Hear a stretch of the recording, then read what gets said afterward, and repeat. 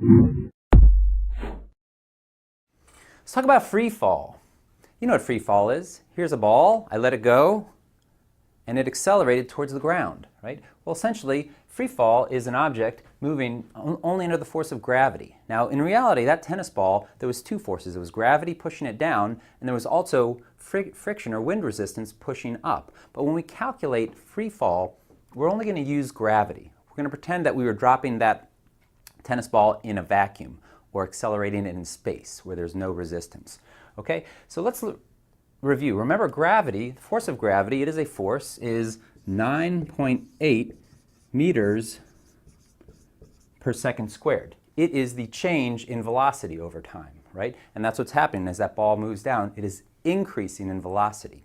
Okay, so we're going to need to use gravity to solve these equations. Typically, in a physics class, you'll be asked to solve two types of equations calculating free fall.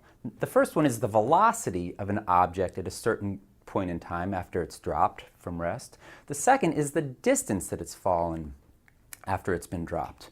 So we'll calculate those two. The first formula you need to know to calculate the velocity of an object after it's fallen is it's going to be the force of gravity times time. Okay? Let's look at an example of a question you might get. Okay? Free-falling object dropped from rest, so we're not accelerating it down, we're just dropping it from rest. What is the instantaneous velocity? The velocity exactly at 3.0 seconds, okay, after it's been dropped, okay? Well, we're going to use this formula, and we're going to say gravity is 9.8 meters per second squared times 3 seconds, okay?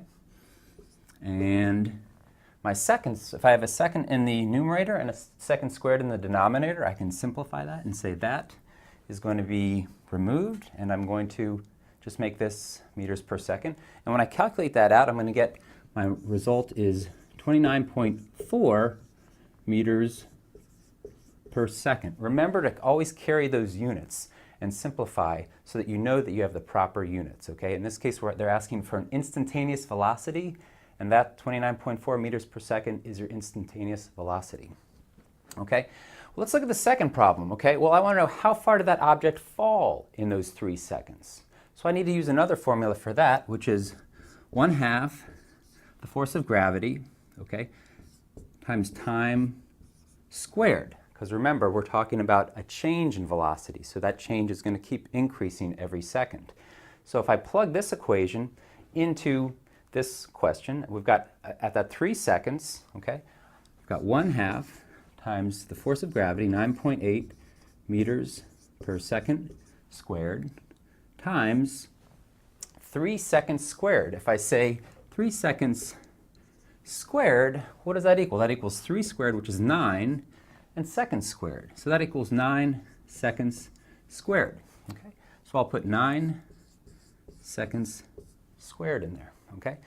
And again, units can trip you up and units kind of get confusing, but I've got seconds squared in the denominator and seconds squared in the numerator, so I can cancel that, and I have 1/2 times 9.8 times 9 seconds, and that equals 44.1 meters. And that's the distance that the object has fallen in that 3 seconds. At that 3 seconds, that is the velocity. And those are the two types of equations you need to know how to solve calculating free fall.